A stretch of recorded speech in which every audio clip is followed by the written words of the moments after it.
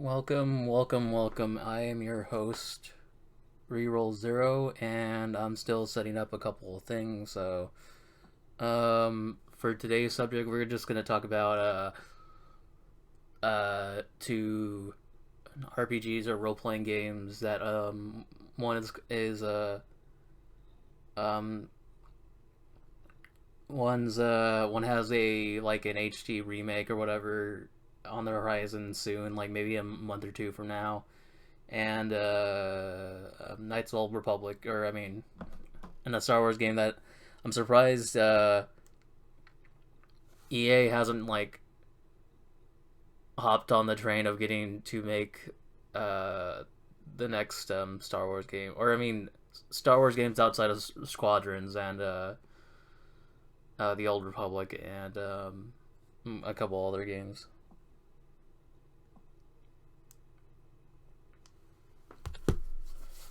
I usually want to get the formalities out of the way. Again, I would like to say shout out for Shin. He's one of my moderators and he helped me out a lot. Um, it's really special to me. Um, and Shrimpy, he helps me out a lot. He's one of my mods as well, so like to help him out as much as possible with that.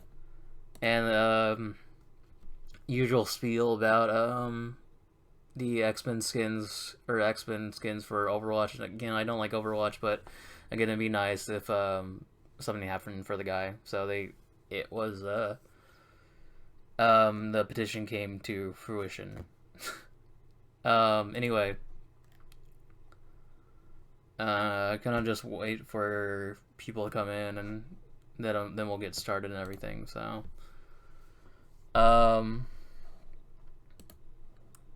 Oops, did I forget to close one of the shoutouts out? No, never mind, not yet. So yeah, I'm just waiting for everybody to get in. Um, I wanted to talk about this because I was really scrambling for a topic, um and then I was just going like, okay, well, talk about this. I wanted to kind of save it for a later date, but I think it's the best time to probably talk about it at least a little bit before it, because I don't want to talk about it day of more. Almost everybody will, in the sense of Kingdoms of Amular, they'll be wanting to talk about it, or they're not going to be wanting to talk about it, they're going to be wanting to play it. Um, so other than that, I wanted to at least make one video a little bit beforehand. Um, just start that up, and then while I was watching a stream with Shrimpy yesterday, gosh, what was I gonna say? He suggested possibly talk about Knights of the Republic, and I was thinking that would probably be a good idea. I was like, for the longest time, I was struggling to think of even what would be a significant topic to bring up, and Knights of the Republic is a great one, and I was trying to even think about other Star Wars games, because like writing down subjects, I was going like, did I even put down any Star Wars ones except for Star Wars Battlefront 2? That's the first one, and I don't want to pick that up again for a while, because again, I don't want to talk about the all the better attachments that, or better DLC that made it better. I just want to talk about the base game, and how, why, where they were going with that. Um anyway, yeah, my bad. I think I should have um I said in a couple minutes. I said I broadcast at 2:30, so I'm just seeing if anybody else is going to jump in. If not, that's perfectly fine. Other than that, I'll just sorry, I'm kind of waiting for 2:30 to see if anybody else, for that matter, is will be jumping in. And yeah, I guess that's a perfect time to start because I don't know who and where anybody else will be jumping in, possibly tripping, but I don't know for that as well. So I'd like to start talking about it, and the image should be around there. And I'll pull up the keys or the chat window. Um, I think Kingdom of Amular was, and I always forget to add the subtitle. Can't. This is the only shot or only like picture I have of the game currently, and I don't want to go on the Xbox right now to try and get any old clips or anything like that or pictures because I can't, or not can't right now, but I just that would take too much time, and sometimes they don't sometimes they don't upload exactly. So anyway, this is Candace Amular, and I always forget that there's a subtitle. It's called Reckoning, I think. I think it's also. Thank you for dropping by, Shrimpy. Um, Candace Amular Reckoning. I always think it's ridiculous, especially if it's a new title for the game to have a subtitle, because I don't know what the subtitle means. I think it would mean more again if it was like a series or franchise, but A, EA shot this down, and B, the two other guys that were involved with the project kind of shut that down as well. Um, I was not gonna jokingly say it was doomed to fail, but like I feel like it was doomed to fail because it's great if I remember it's like the people that are from seeing like some like semi documentaries type stuff on it, or as best as YouTube can muster, because honestly um the game, or from I'm trying to remember if I found it out from a Wikipedia article or YouTube video, and the company was started by a former baseball player, and I think it's almost like slightly impressive because the guy could have just made a baseball game, and he wanted to go ahead and make some fantasy universe type game. And I was going that's kind of impressive. More power to you to try and try something different, and try to have a you know have a more interesting take on the subject. So but then they got a fantasy writer too. I think he was something called not Steven Salvatore or whatever, right? Or something like that. Something, I think his last name is Salvatore, and I think he had significant or some other stuff or work, that he had completed previously. So he's been a veteran. I think again the elephant in the room can mostly is Todd McFarlane, because he's I don't think he's the right person for the job, and maybe a borrowed opinion from some others, but I look at him and his all his work is like Spawn and Spawn, and I don't know anything else beyond Spawn besides oh wait, I forgot too that he made. Oh, never mind. He didn't make. That was another guy.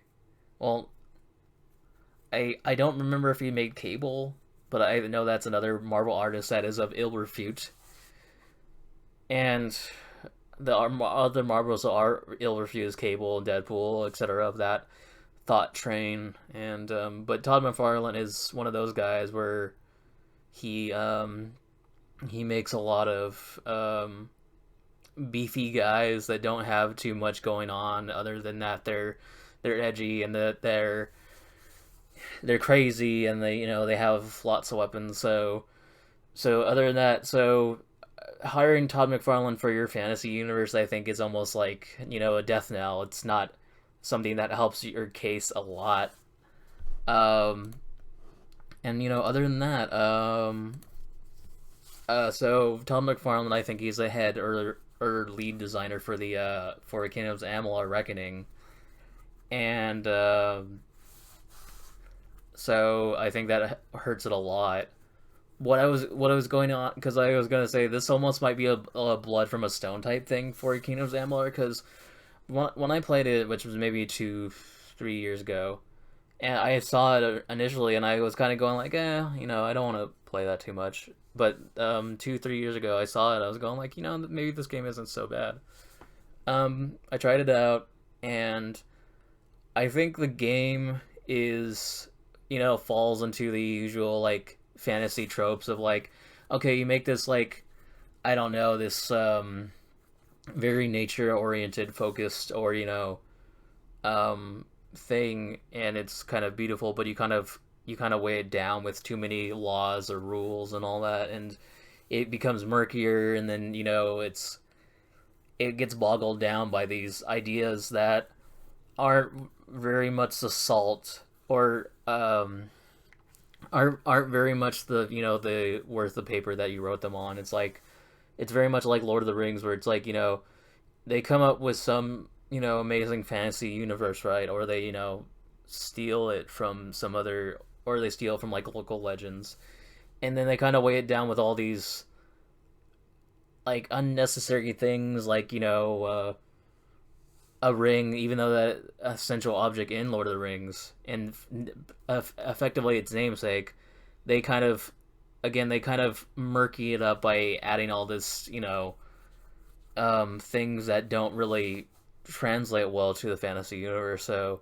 I would almost say it's the same thing with, I guess you could say Game of Thrones, but I don't really like Game of Thrones. Not just because of all the risky and racy material, but it's another universe too where it's like possibly cool fantasy universe, and then they kind of just murky it up with all kinds of other shenanigans and all that. So anyway, what I was gonna get at is that Kingdom as Amalur was at the very least a good thought process, because um, it makes it so that, sorry, I'm just I'm trying to think of it in the best possible way. Um, I would say the story is probably, again, still like, again, like I was saying, it's awful generally, because the guy that's like your guide, or the guild guy, is like the atypical archetypal um like white male guy that's seen it all, and he knows everything, and it has bad jokes, and so he's your main like contact to talk to the story or whatever, or he's the, and then there's a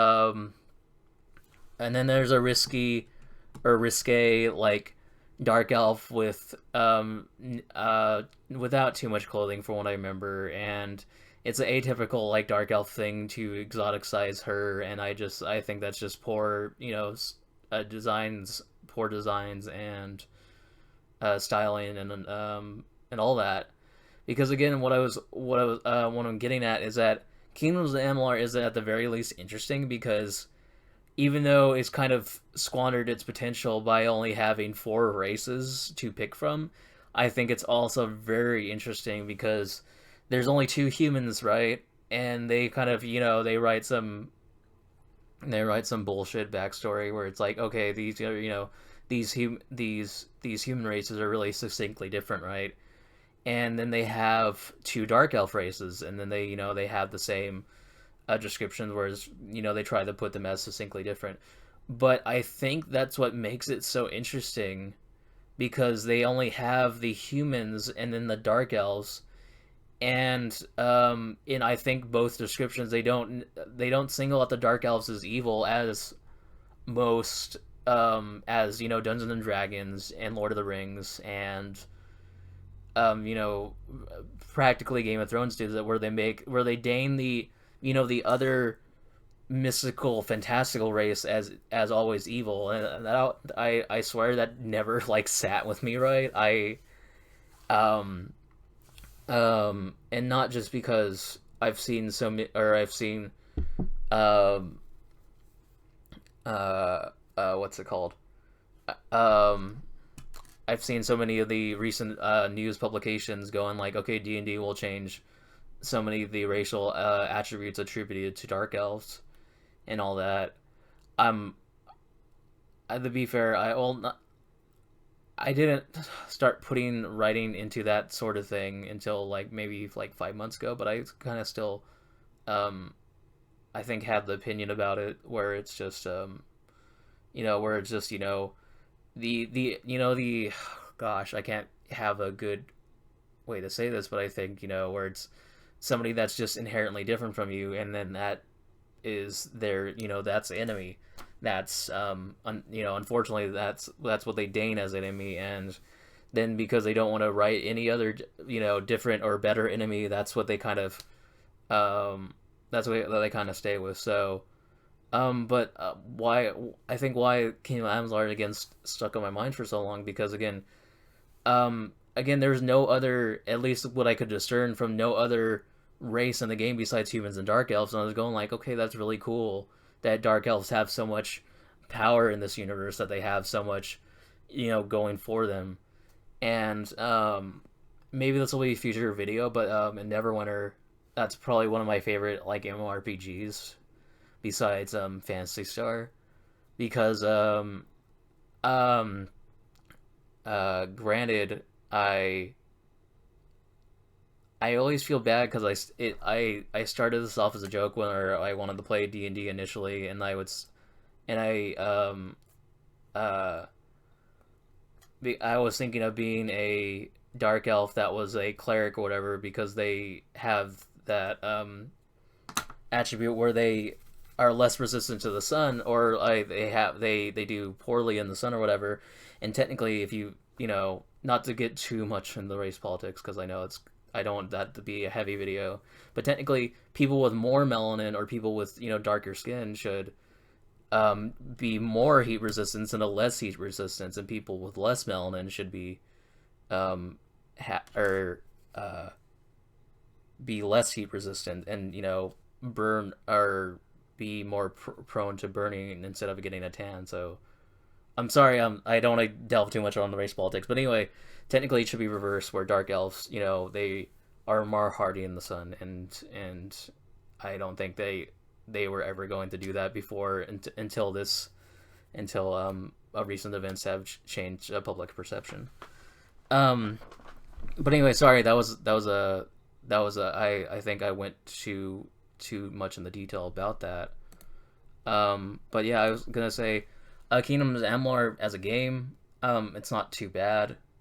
I say it's like a logy, very logy version of Jade Empire. And Jade Empire, I will sing the praises of Jade Empire forever, even though technically it's a game where technically you could argue it's cultural appropriation because it's BioWare, a Canadian company, making a traditionally Asian set tale. But Jade Empire is so good, I don't even think about that a negative connotation. So I mean, maybe I have a lot of favoritism towards it because it's like it's an all Asian cast, and frankly the only white guy in the game is Sir Roderick von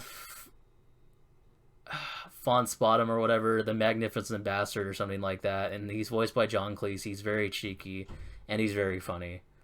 So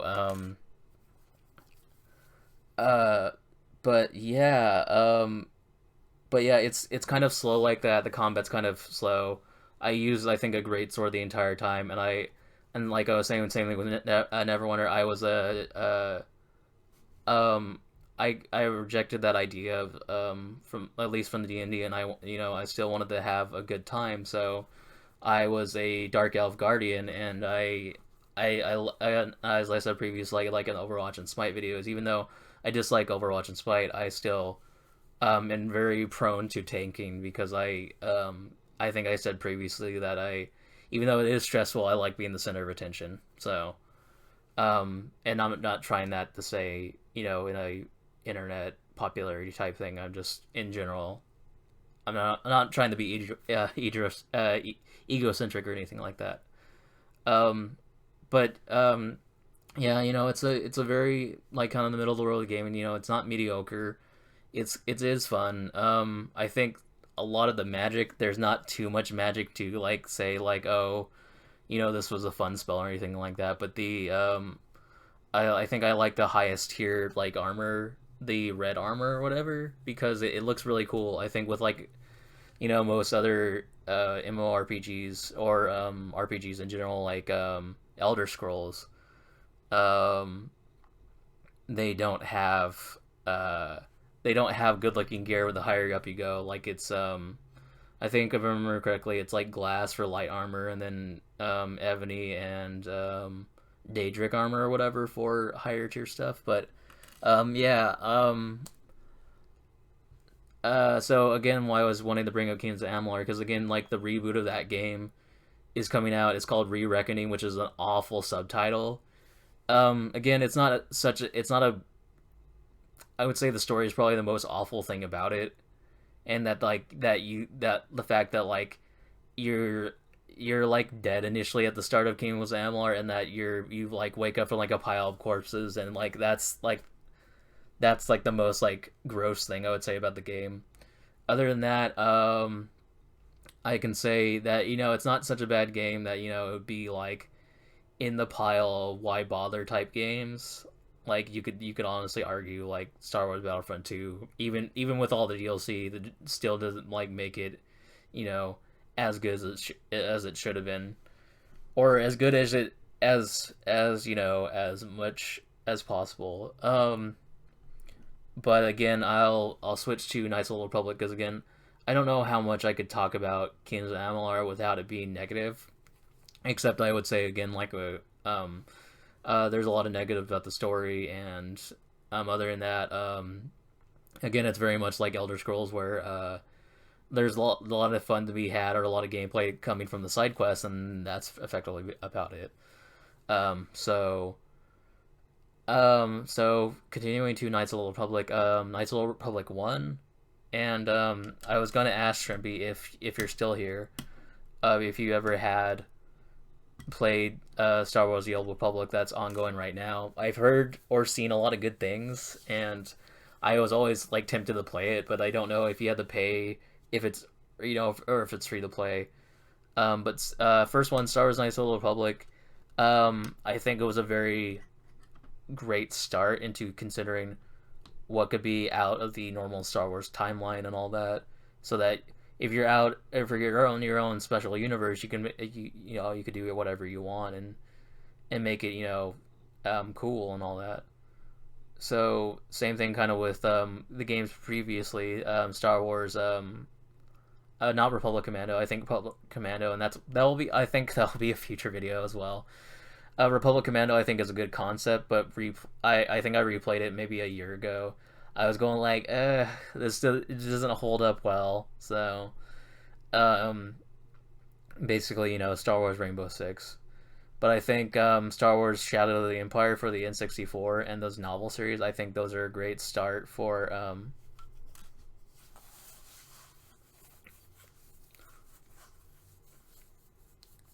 What's that Shrimpy, or what's that acronym mean? Sorry.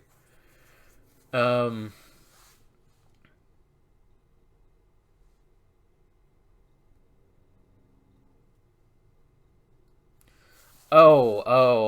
I think I see what you're saying. Oh, I gotcha.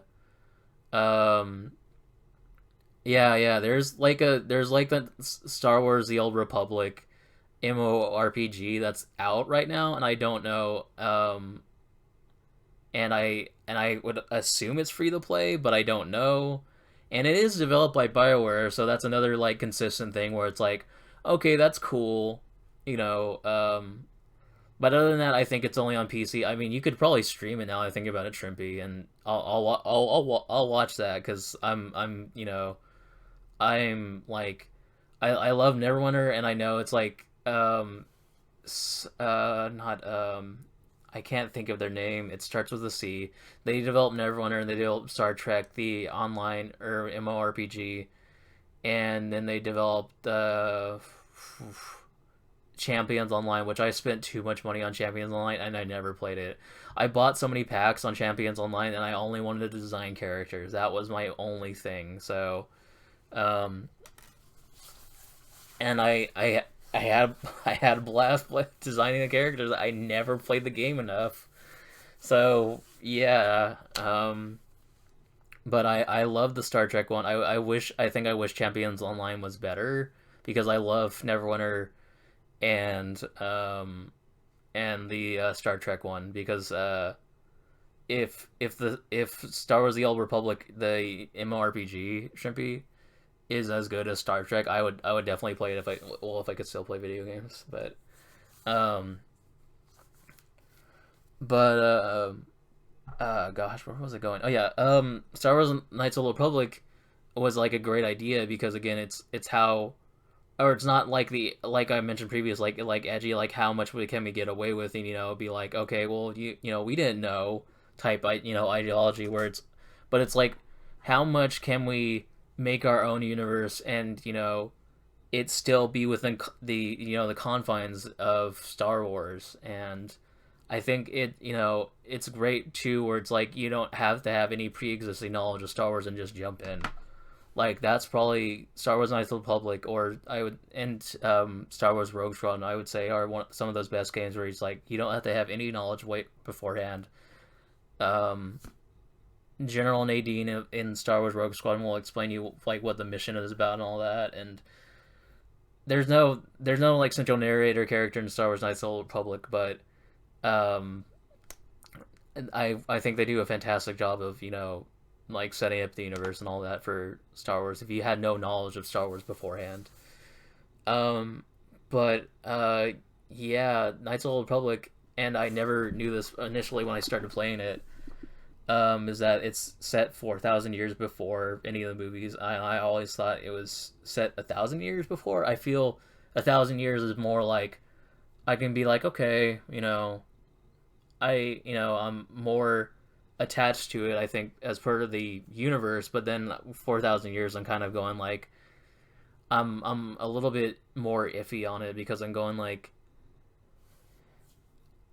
I'm kind of like almost like a nerd at that point where it's going like how does it affect the universe, but at the same time if it's 4,000 years before, then you have more free reign to say like, okay, well, we can have our fun game idea, and it won't, it still like people won't be mad if like we say something um inconsistent or whatever. So again, Star Wars Knights of the Republic 1, it starts out 4,000 years before. um Gosh, what else I was gonna say? You're a unnamed soldier aboard the like proto or new or the old Republic, some old Republic gunship. There's some one of your higher ups tells you to get up and that the spaceship is under attack, and so you go through the whole ship, um uh meet up with Cartho Nassi. um I gotcha, Shrimpy. I played Elder Scrolls Online for a little bit, and and I it was okay. I think I was really disappointed because there can be fun of having a multiplayer experience for a traditionally single player game, and I think that can be said for um Metal Gear Solid Peace Walker. But again, it's hard to get that rolling, especially like with games like Fallout 76, which did more damage launching poorly than launching later. But I'm really curious to see Star Wars: The Old Republic because again, like they have a lot of the characters from the story from what I remember, or at least descendants from them. I think there's like the daughter or like cousin of like Bastila Shan or something like that, Shrimpy. So I think that was kind of cool. Um, but yeah, Knights of the Republic, continuing the story, you meet Cartho Um, I'm I'm really trying to refrain from him calling him Cartho nasty or something like that, but I almost can't. Um, but yeah, he tells you, okay, we got to find Basila, the greatest Jedi Master or whatever since uh, sliced bread. Um, and I swear they set up Basila to be like one of the expanded universe like characters, like one of the best, because it's like you meet her and she has this double bladed yellow lightsaber, and I made a video beforehand about how it's like Ray and Luke get a yellow lightsaber in like the comics, and then the episode 9 movie. Sorry, spoilers. Um, but but then it's like I look at Bastila and I keep on consistently thinking that like she says, or Jennifer Hale, or who voices her, to be like, what am I, chopped liver? And then same thing where it's like, at least I feel like I have more respect for the next person, but like Asajj Ventress eventually has a yellow lightsaber too, but she's really cool, so I don't really mind it. And like Ray and Luke are like two of the main characters, so I feel like they shouldn't get everything. And sorry, about a rant about that is that there was a, I think, a Screen Rant article where it's like they were saying like the dark saber in Clone Wars and in the end of Mandalorian or whatever, they were saying that belonged to Luke as well. I'm going like, come on, not all main characters need to be in like radius of an important historical artifact, like like um like Luke did not have, I don't know, contact with uh like Khan from Star Trek or something like that, or I don't know, just something where it's really like incongruous to the main plot, and it just doesn't set well, because of going like, if Luke's gonna discover everything, then why, you know it doesn't set well. But yeah, Basila set up really well. I think it's great that there's another Wookiee member that's not Chewbacca, because at this point you could just call um, uh, you would have the unfortunate implications of being racist or something like that if you just said that all Wookiees are Chewbacca or something like that. Um, but so there's Zalbar the good Wookiee with or Zalbar the Wookiee with someone named Mission Veo, a young Twi'lek girl, and T3M4, small astromech droid. And they it's funny, I swear, in all BioWare games.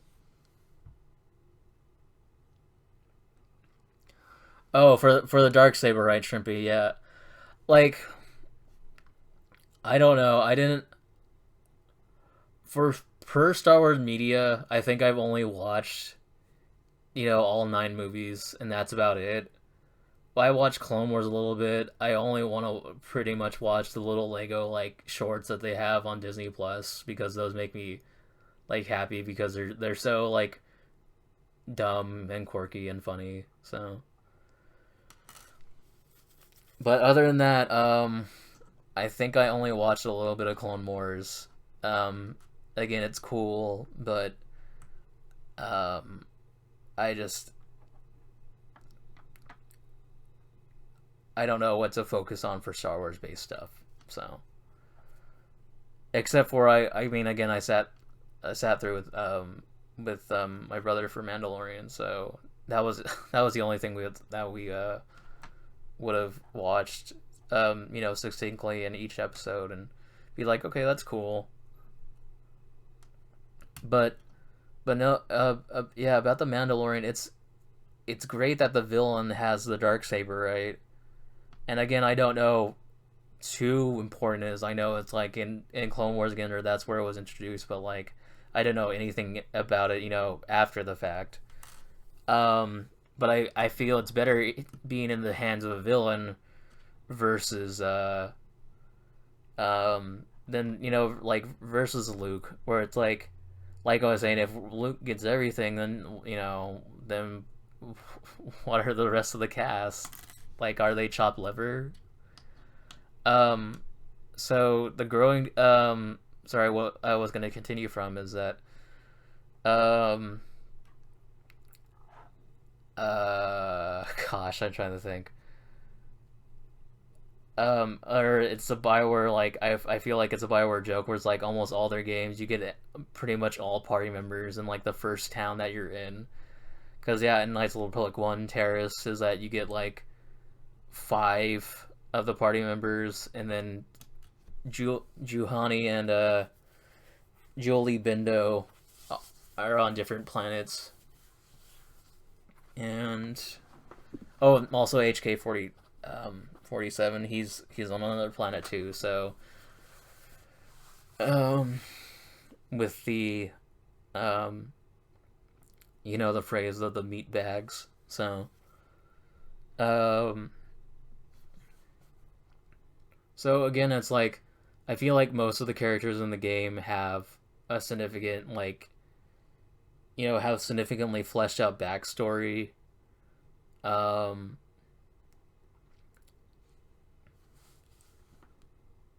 and I almost want to say that'd be the end of Knights of the Republic 1.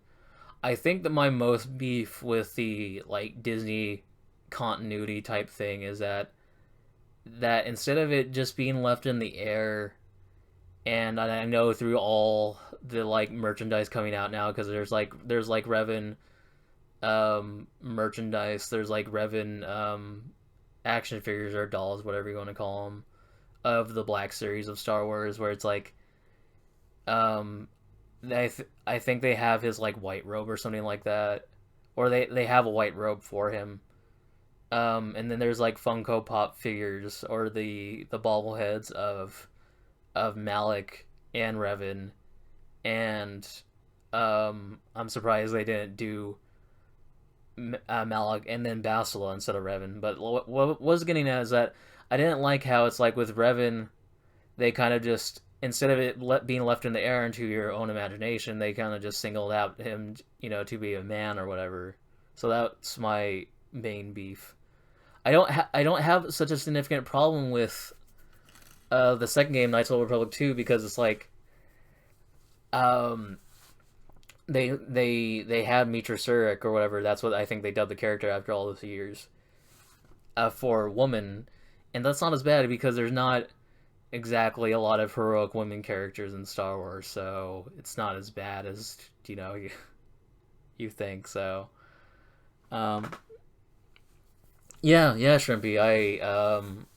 I at the end of the stream yesterday, Nero was nice enough to um to be the 50th follower. So, and I know it's like I'm not the like I'm not even an exciting stream at all or whatever. Um, but I appreciate the follow. And and yeah, I just gotta now get time and days. I don't again like average viewership is always gonna I feel like gonna be the nail in the coffin, and I almost wanted to talk or send them and maybe I will even send send an email to Twitch and say, hey, I don't stream as much as often as other people. I can get the days and the hours because I did that previously when before I took the 2 week break. Can I somewhat waive the average viewership? Because I really want to just or I really want the emotes. I want custom emotes for my channel. That's like my only thing I hang on is the emotes.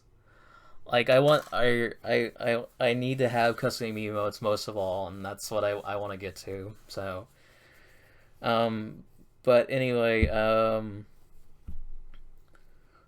what I was getting at is um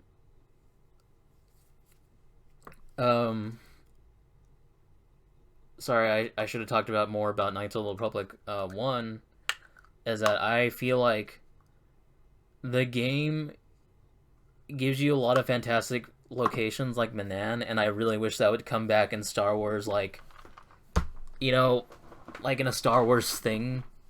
Like, it doesn't matter if it's a comic or like if it was mentioned in Clone Wars or something like that. Um, and gosh, actually, I know we're talking about Star Wars Knights of the Old Republic, but Shrimpy, I gotta tell you something I saw recently, and it's not exactly concerned about Star Wars Knights of the Old Republic. It's still Star Wars related.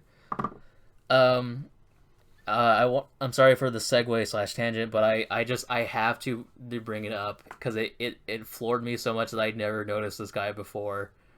Um, so I was rewatching Knights, Star Wars 2, Attack of the Clones, or Episode 2 or whatever, right? And they're at the Jedi Council chamber, right? And I'm one of those people that goes um absolutely like batshit crazy whenever I see like some side character or whatever. And there was a guy that had this huge ass beard, and he wasn't Mundi, he wasn't Kai that died Mundi, and I'm really I'm really a nerd. Um, or not really a nerd, but like that's really bad that I remember the double forehead guy. But there's a guy that's like behind Anakin to the right, and he has a huge beard, and he looks like a Muppet, and he has like tentacles like Admiral Akbar's race, Mon Calamari, or the other squid guys on the Mon Calamari planet, the Quarren, I think. But I just go in like, who the hell is this guy? This guy, it's amazing. His name's like something called Oppo Rancisis or whatever. And I was going like, dude, where has this guy been? And I swear I was just mystified that I never saw him before. I knew like of guys like that are the caliber of Armfall Offboy from DC that are like Saucy Talin, or I know I'm messing that name, and I think it's like Saucy Teen or whatever, who's like the first guy that gets chopped down in in this lightsaber fight between Mace Windu and Palpatine or whatever, or he's the first slice. And then there's Kit Fisto that gets killed in the same, or one of the same slices, but like I knew about that guy, but I never heard of Oppo Rancisis, and like he's up there now for like favorite guys I never knew about, because he's just so weird looking, and I just oh my god, I just like, if there's a Star Wars fighting game, DLC Oppo Rancisis, come on now. Like, he should be first DLC, because he looks so awkward and so weird. Like, I just was like, I was floored by him, and like I don't know if he's gonna be if he's in the background of like Geonosis or something like that. I found so many extra like characters that I never heard of. Like, there's this Asian lady that I was telling you about, or I'm sorry, I haven't told you about this yet. There's this Asian lady called like Boltar Swan in like the Geonosis battle, and I never knew about her previously. And I was going like, who is this? And I was talking about it for like cultural appropriation, right? For like like Asian influences in Star Wars. And I just heard about this lady called Boltar Swan, and I was going like, oh my god, where has this? I never heard of this character, and like I learned about it from like a Star Wars like fan site where like there are so many background Jedi that are just one-offs for like the whole Geonosis battle, and they never get mentioned again, or like, and they're so generic and stuff, man. Like it's so much fun, like funny, like the I can't like not laugh at Oppo Rancisis, because he's just this Muppet, like he's the owl guy in the Muppets or whatever, who's just like I remember, or not the blue like seagull guy, but like the brown owl guy that like appears every so often. I don't know if he ever has like lines of dialogue. So I'm sorry, that was a long tangent, but like I had to talk about it because like I just like it was a funny secret, and this Muppet guy just floors me or just cracks me up with how like I never noticed him before, and then I noticed him going like, holy, like where has this guy been? Other than that, sorry, going back to the Knights of the Republic one. Um, but yeah, they set up great like locations like Manon. Manon is I swear like a great location that they could have, talked about more. I get it. There's in the Clone Wars series that they have like 2 or 3 episodes about Mon Calamari, and that's it. But there needs to be like more ocean based planets instead of the umpteenth sand planet that they want to introduce in Star Wars. Besides Jakku and Tatooine, and I'm sure there's other sand planets that we just don't know about. So, um, uh, but yeah, Knights of the Republic one. I feel like it's great. I think it's paced well. I feel like it's a it's long enough, although the level cap I think it's like 20, and so you kind of if do most if not all the side quests um the before Darth Malak attacks or whatever, you can hit 20 easily. And I feel like they don't have a level cap necessarily in Knights of the Old Republic 2. Um, but yeah, I also kind of want to talk about. I think it's the funniest that they wanted to promote Manon so much, Shrimpy, in the sense of Knights of the Republic 1. That oh, sorry, I didn't change the picture for Kings of Amular, my bad. So, going to Star Wars Knights of the Republic. Um, but I feel like it's so funny that like they wanted to like promote Manon so much that like one of their fish guys is on the cover with a blaster, and like I swear you're on Manon for such a short amount of time versus like Tatooine and and Korriban, and yeah, there's another desert planet, Korriban, um, and Kashyyyk or whatever. Because it's like there is the swoop racing on Manon, but that's just like another. That's again like a small side quest compared to other things. And also they have swoop racing on Tatooine, and also they have so much other stuff to do on Tatooine. But also, why I bring up like they wanted to promote Manon so much.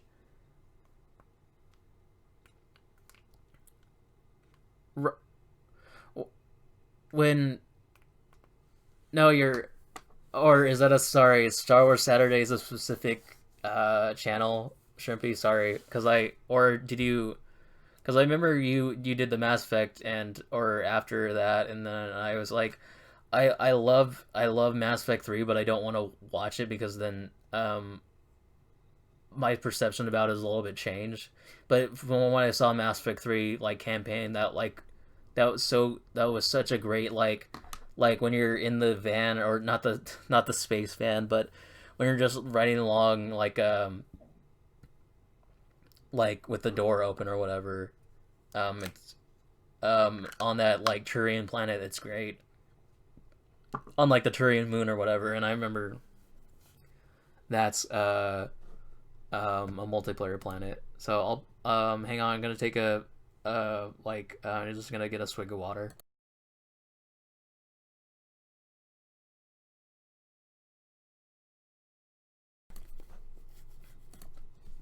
I got you, Shrimpy. So yeah, if you wanted to play Star Wars the Old Republic, I would jump on and watch that, dude. Or again, if you want to buy, I know it's like I swear all the Star Wars games except for a few are, um, I swear all the Star Wars games are on Steam. Like Star Wars Jedi Knight 2, Jedi Academy. I think Star Wars Tie Fighter, or whatever. Star Wars Republic Commando. and both Star Wars Battlefront.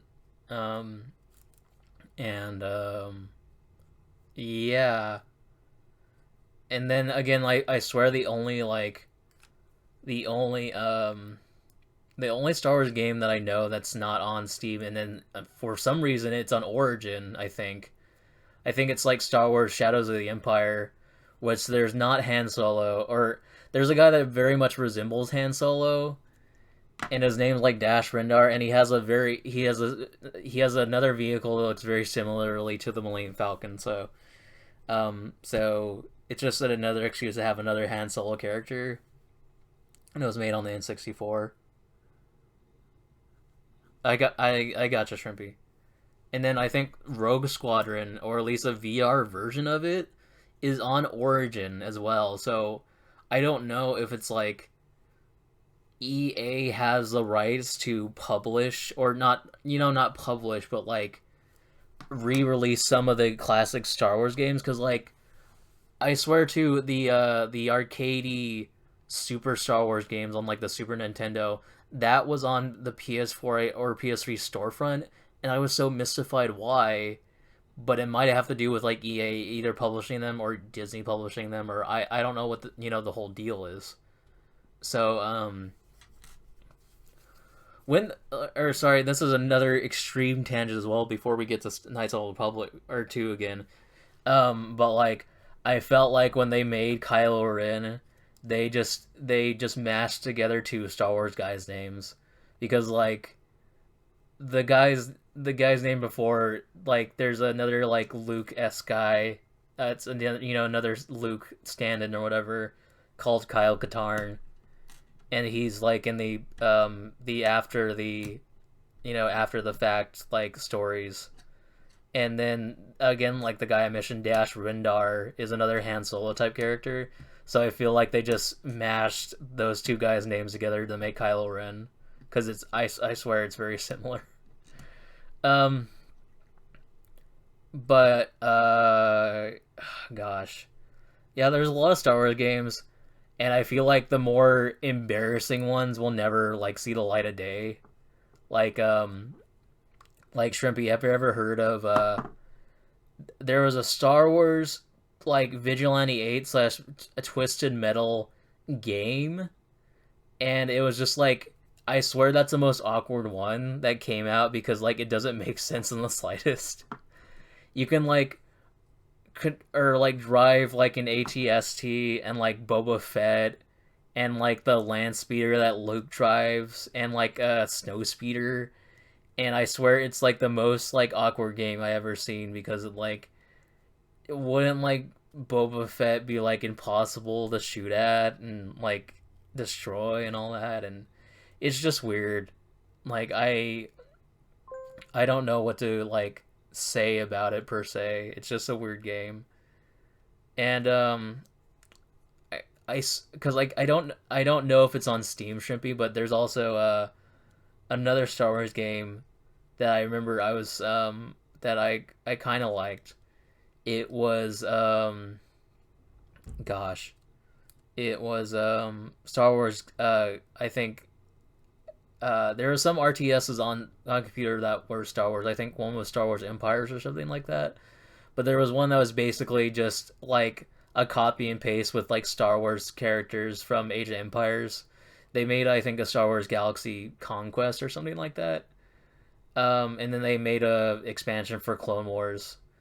But um, that was, if I remember correctly, I think that game was pretty good. So, and I think I'm surprised. I think there's no reports of it to Steam, or again, maybe the rights for it are just up in the air and nobody really wants to buy it because they don't know what to do with it. So um but yeah, that was sort of like, I the Star Wars, or the Star Wars Vigilante 8 slash Twisted Metal, I swear will probably not see the light of day again. But I almost have a strong inkling for the Star Wars RTS game that's just basically Age of Empires. Um, but sorry, we should get back to what's it called? uh, gosh, what is it called? Sorry, I'm drawing a blank here. Yeah, Knights of the Republic, Knights of the Republic 2. I feel like again, Knights of the Republic 2 is a very superior game than 1, and not to shit on the story or anything like that, but like um, I feel like Star Wars Knights of the Republic 2 has like has so much more stakes going toward it, and making this image too. The original one that I took a screenshot of on what's it called, on Xbox, it was way too dark. You couldn't tell that Trey was there, so I just brightened a little bit. So, and it may look a little bit off slash awful, but I like that's the only like picture that I had of, like, not the Republic 2, and continuing on from there. So Knights of the Republic 2, I feel like has like better setup for story, almost like better characters too. Um, like the fact that like there are characters that you would only specifically get if you're a light side or dark side character is also kind of cool. They also added in characters where like whether you're a man or a woman as well, which is also kind of cool. I kind of wish you would just get everybody, or so that you're not inclined to be whoever gets that party member, but that's neither here nor there. So I would say it's a great game. I'm kind of sad that Obsidian, I think the guys that made the original Fallout games, which are weird, um, they are. This is like Nice Little Republic 2 is like their magnum opus. I feel like, because like after this they make like Fallout New Vegas, and that has a lot of problems. So, and I almost feel like that was the led up to their death of their company almost. But I know it's like Obsidian made some new recent games, so they're okay. I mean they're probably doing okay because again they're. I think they made that like space Fallout game. I can't even or think of what the hell the game's called. Oh, it's like Outer Worlds or something like that. I think that's what the game's called. Um, but yeah, I feel like uh, besides I almost want to say is that I prefer the game version, which I know is like they add all the complete stuff that they removed from the game on Steam and all that. But like Knights of the Republic 2 uh is gosh, what's it called?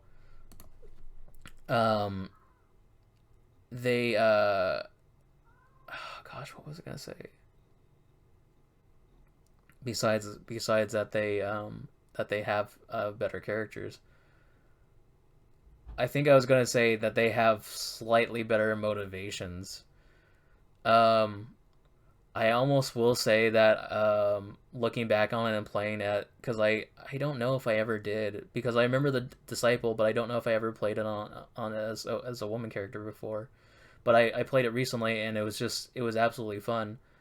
I think going on to say something, and I almost kind of feel like Knights of the Republic 2, even though it's not developed by BioWare but licensed by BioWare and then developed by Obsidian, I kind of wish that it kind of went with the Jade Empire type thing, where it's like there are, if you're a guy, there are two love interests of Dawnstar and Silk Fox, right? But then you can have a gay relationship with Sky, and almost the same thing with when you're a woman character in Jade Empire.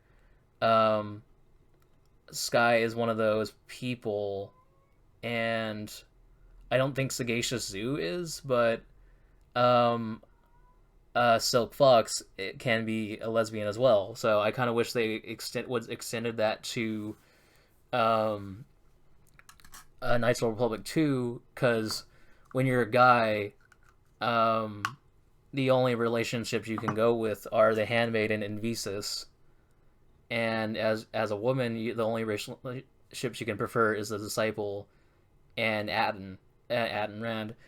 But at the same time, I kind of wish there were no relations in a thing and kind of just make the, well, actually not kind of wish, I actually wish that there were no relationships and you could focus on having a more better game and continue from there. But not, or sorry, I think what I'm trying to say is no romantic relationships. I think so much emphasis is put on romantic relationships these days, especially with Bioware getting risque and more risque with each Mass Effect edition. But what I was going to say is, I kind of wish you could still have platonic relationship with everybody on the ship and not have it unnecessarily lead to romance. So I think that was what bugs me so much about modern games, or modern games, and Knights of the Republic as well, because it's like there you can turn, or you can have Attenrand and Bowder, the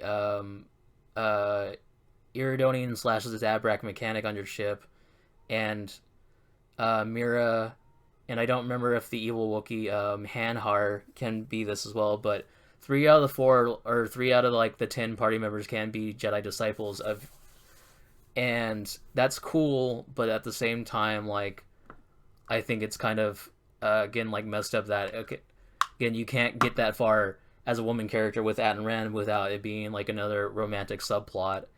And same thing with like the disciple, which I think, right, that was another thing. The disciple slash handmaiden can be one of the Jedi disciples.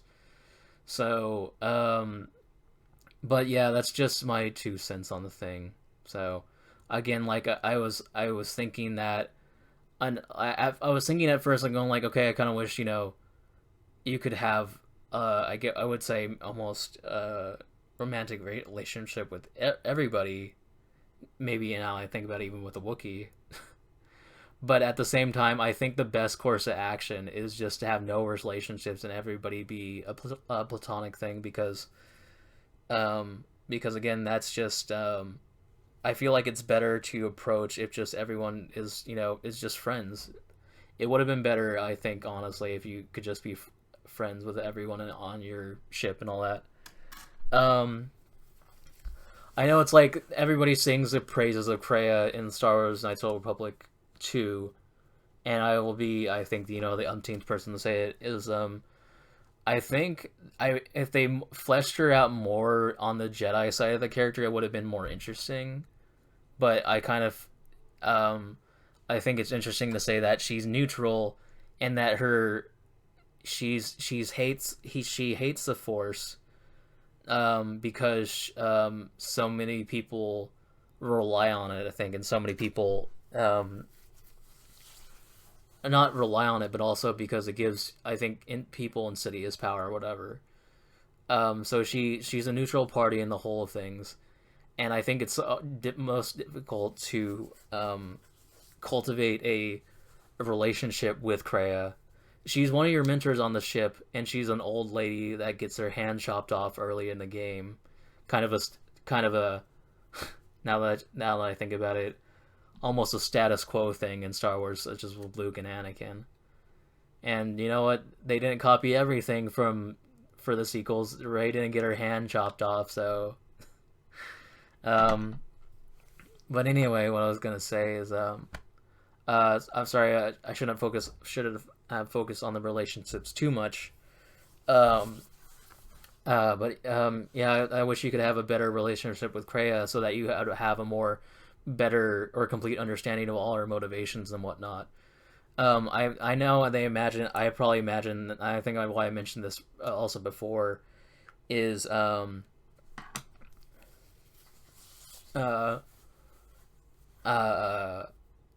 gosh, what was I gonna say? Is that I prefer the incomplete version of the game, because that's how they released it, and that's how it, for the most part, history will view it. Because like seeing things added to it after the fact, like I'm going like, okay, that's cool, but it kind of like impairs your vision of it, and kind of like goes like, oh well, that's interesting, because there's so many aspects of the game that were removed, and I think for good reason. Like there's so many like in the final battle versus Kreia on not Exegol, on Malachor 5, which I really felt like um, they should have just said Malachor 5 in episode 9 and went from there instead of Exegol, because I know it's like they got to make new planets, they got to have the stakes high, but at the same time it's like I think if you said Malachor, it would have had more people in your, fighting in your corner. So, but sorry, that's just that's almost, again, I would say, a nerd rage standpoint instead of an actual criticism. So, um, but anyway, what I was gonna say is, I prefer the game incomplete instead of the all the additions to it, because I think one of the additions was that they actually have some of the party members in the final battle, but unfortunately, um, I think it's like most of your party members die or as well. But also, like, re-looking at it as well. One other thing that I want to say is I think Atran is an okay for his Han Solo standing character, but I didn't realize from replaying as the woman character, and I had more fun than I did, playing it initially, and but I was put off by its like Atran felt really sexist. He makes a lot of like risque comments about your character's body and all that, and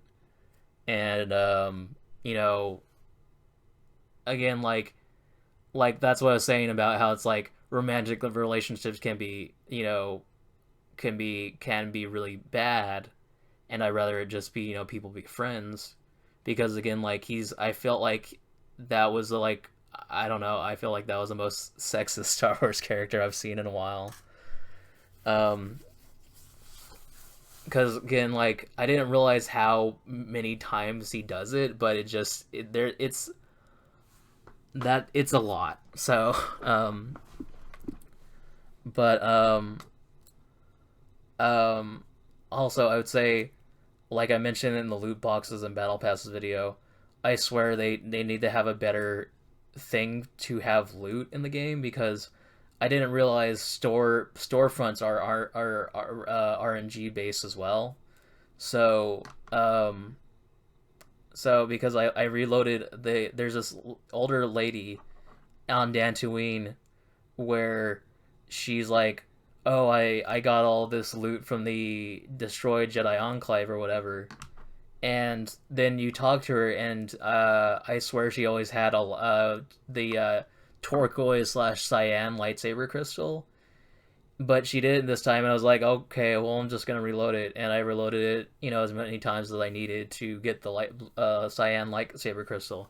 That was one of the other great additions from Knights of the Republic 2, is that they added a lot of lightsaber colors that you didn't think about too much. Like they had bronze, and they had cyan, and I forgot about it for a while ago, but they added another green, like green lime color, or lemon green color, where it was Verdia, and then one of the coolest lightsaber colors ever is the silver one.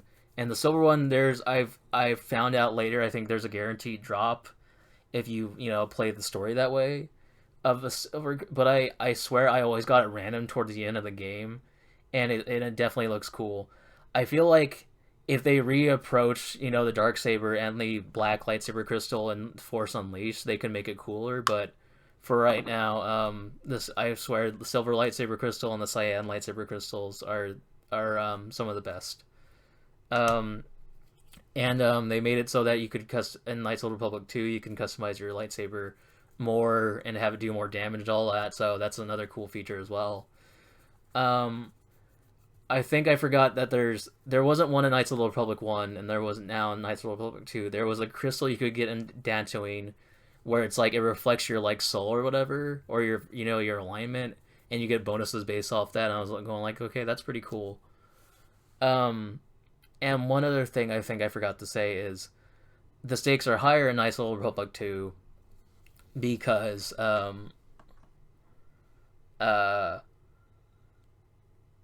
because it's like in the first Knights of the Republic, you start as like a normal guy or a normal guy or girl, and you start off as like a soldier or smuggler or whatever, and then you get to be a Jedi.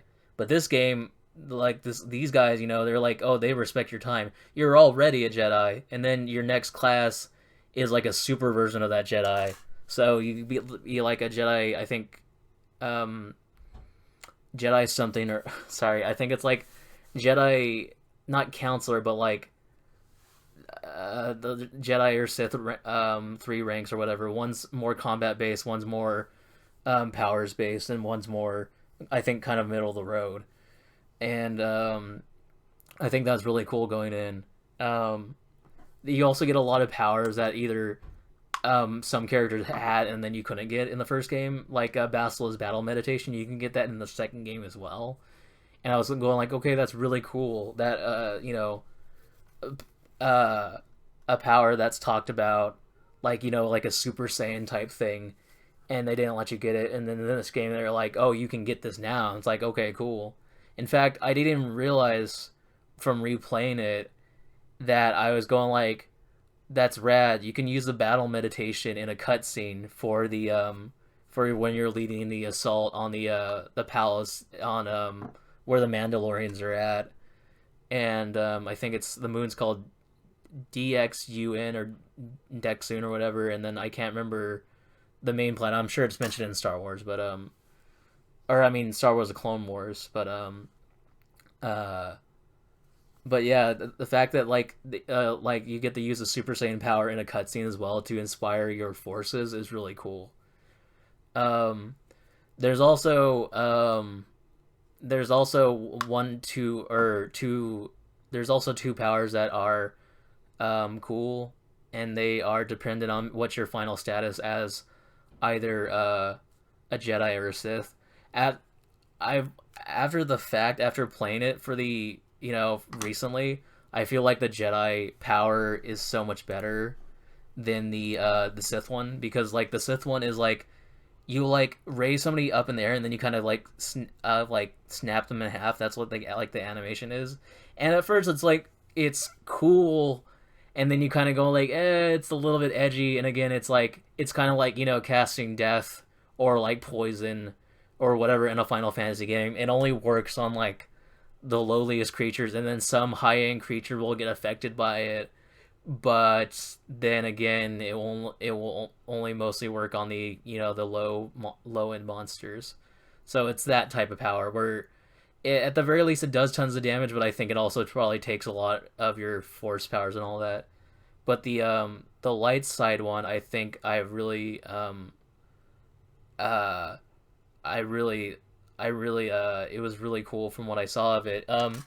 If you have like the like force speed and like the like force buffs that you can apply to yourself for most of the light side powers, they'll apply the three or the top three or whatever what ranks you have, and so you can just it's just like a use all type feature, and I swear it's like one of the best powers in the game. Especially if you have all three advanced versions of the powers, so you can apply buffs without doing too much.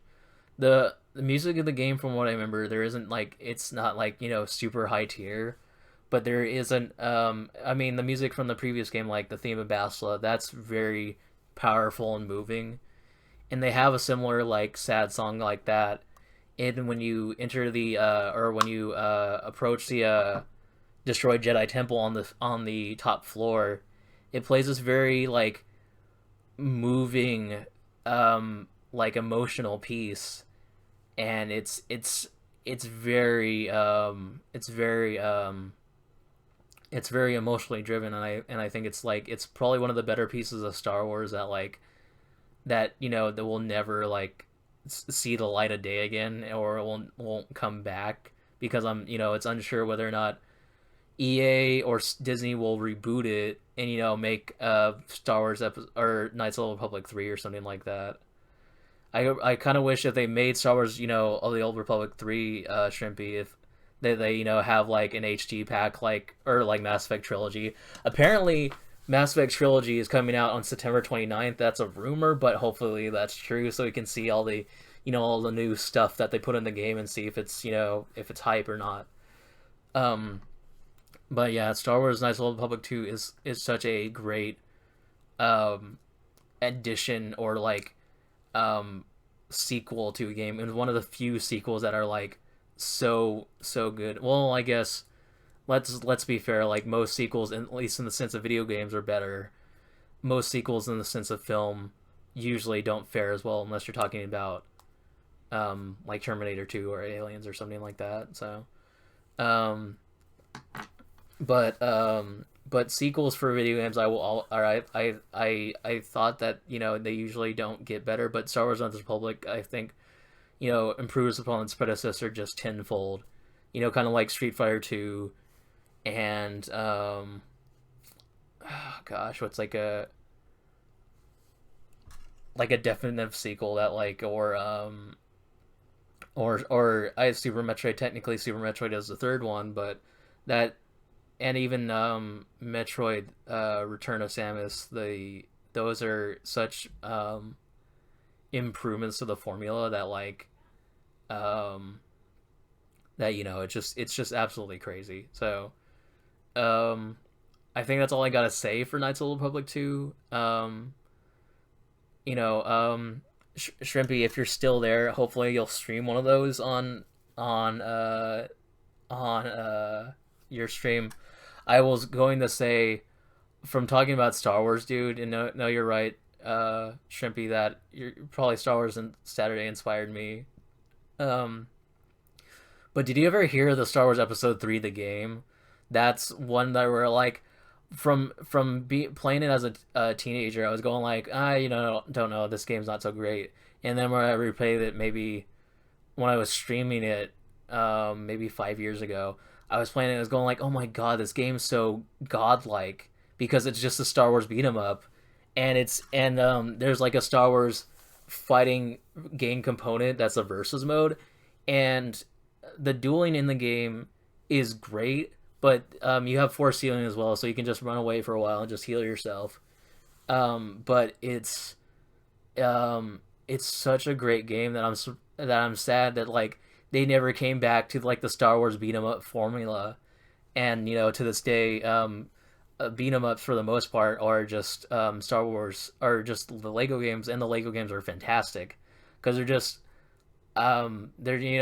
beat 'em ups, but they're really fun and easy, and they're great to enjoy, and um like I wish most beat 'em ups were like the Lego games, where they're just fun to just pick up and play in general. Um, but I would say mix or big kudos for, again, like I was saying, the cast of Knights of the Republic 2. Visas is like probably one of the best characters in all of Star Wars, like literally, and she's an Asian character too, which again, like I'm surprised by, slash B, that um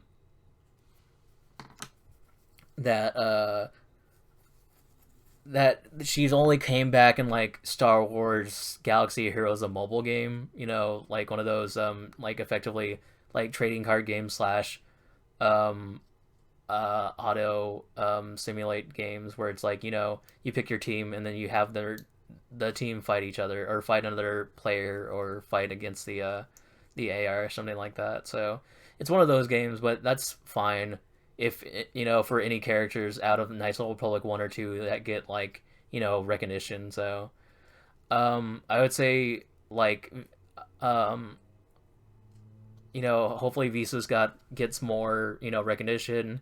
Bowder's fantastic character.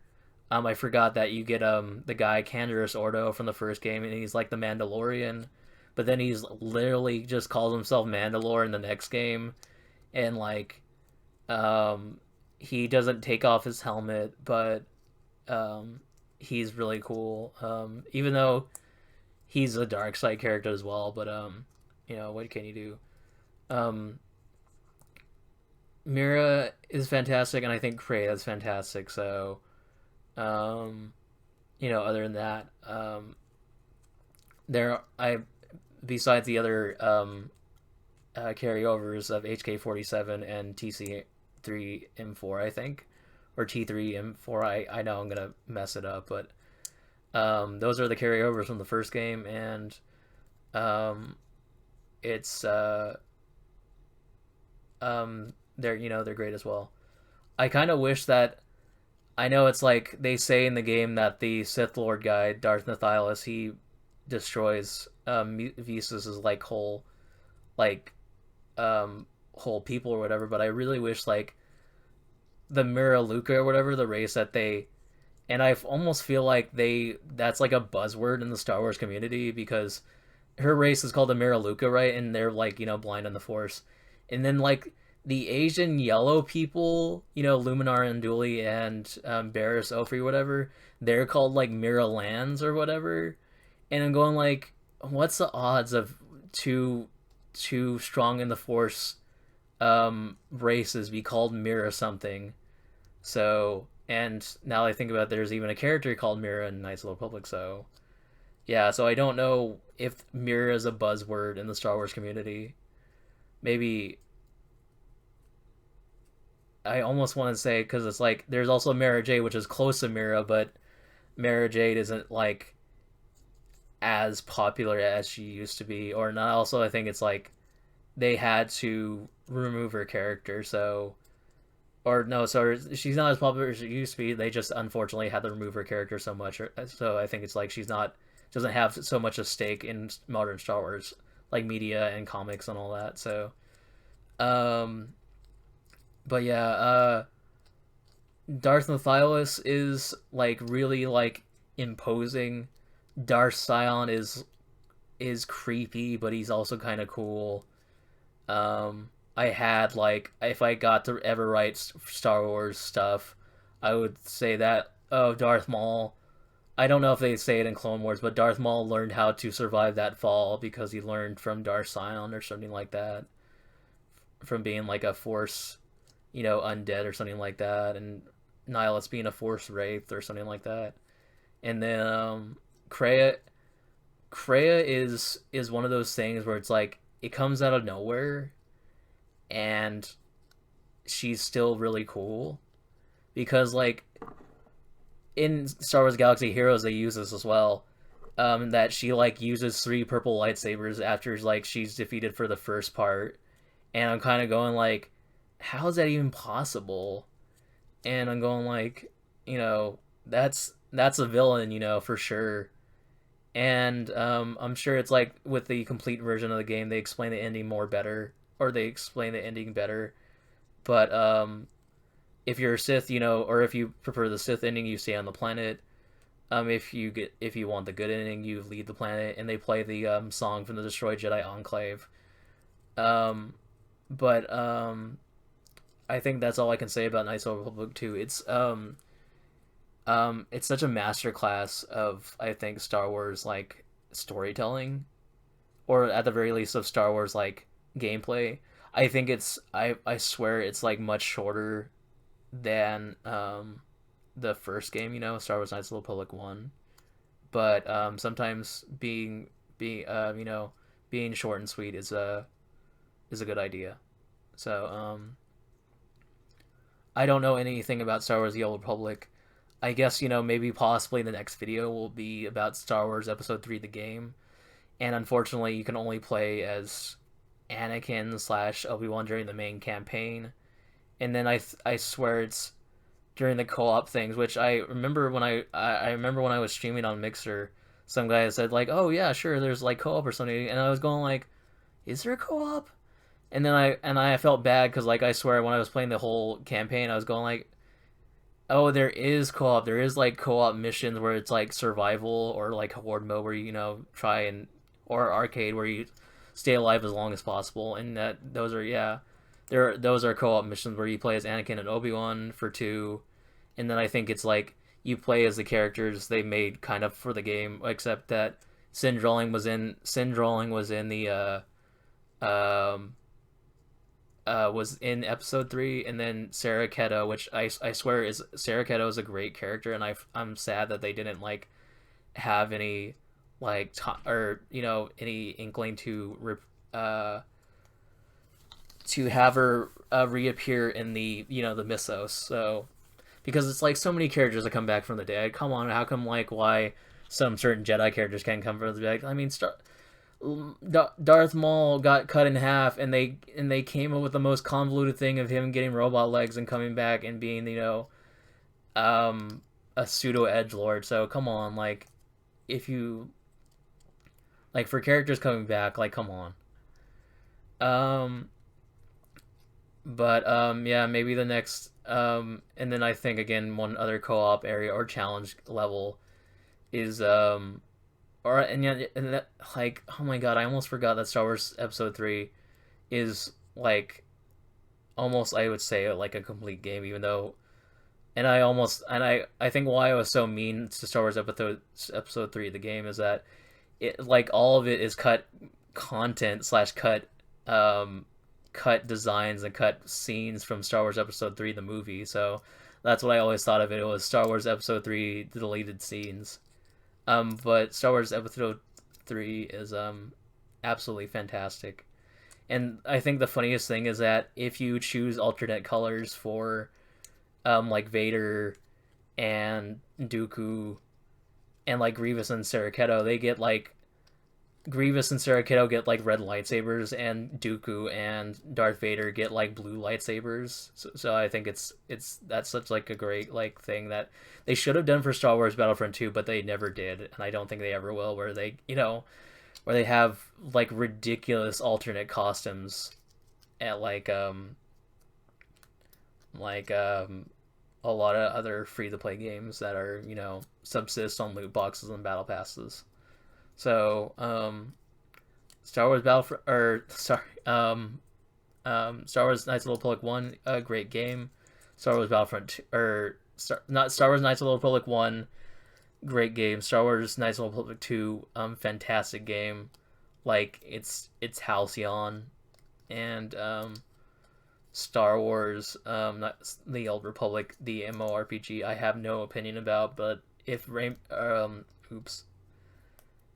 if Shrimpy is willing to stream it, I'll watch that. Or if he has a capture card, I can lend him my copy of Star Wars Episode 3 the game if Shrimpy is still there. So other than that, I think I can talk about Star Wars no more. I'm sorry I couldn't talk about Kingdoms of Amalur for much more longer than I think it was only like 15 to 20 minutes. So I'm sorry about that, but like I just was like there are great aspects of Kingdoms of Amalur, but again, like they kind of get marred under the cliche story and like the gosh, what's it called? The cliche story and like and some of the art going into the game, because again, it was made by Todd McFarlane, who made Spawn.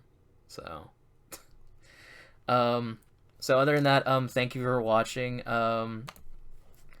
I think the only other thing I can say is thank you for staying, Shrimpy. I think you're here as well, Shin. I can't tell. But I think the only other thing I was going to say is this will be up on gosh, what's it called? The music streaming service. This will be on Spotify, and this will be on YouTube soon. Again, thank you for watching and listening. And I'm starting a Patreon soon, so hopefully that will be up soon. And you can help me out with donating towards. I'm writing a specific book, and I need some other people to. Or I'm writing a book on cultural appropriation, and I want more people to look at it, and maybe Shrimpy can help me out with it. But I know one of my good friends, she helps me out with that a lot, so I'm grateful for her help. But I also want more people to kind of look at it and make sure that like talking about cultural appropriation and popular brands, that like I'm not overstepping my bounds by talking about it, and that's it's flagged for that it's copyright infringement and all that. So So again, hopefully, Shrimpy, if you're still there, or Shin, you can help me read it. So other than that, thank you for watching and listening. I'm re